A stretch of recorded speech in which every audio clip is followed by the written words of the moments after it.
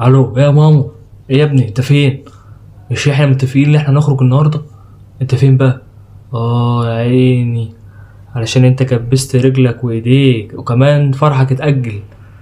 انا السبب، انا السبب ازاي يعني؟ انا السبب ليه اصلا؟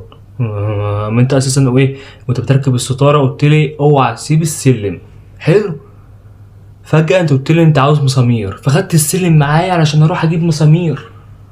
انا غلطت في ايه دلوقتي؟ مين بقى اللي غلطان فينا دلوقتي؟ انت طبعا، انت اللي غلطان طبعا، مش عاوز كلام. ماما ماما احنا نحرق كتير ليه؟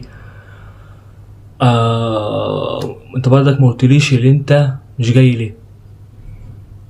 ماما ماما. ايه ده هو قفل؟ الواد ده اساسا مش تمام، وحش من جوه، مش عاوز يخرج عشان ايه؟ ما يصرفش. يصرفش واد بخيل اصلا. ايه ده؟ في ريحه شياط.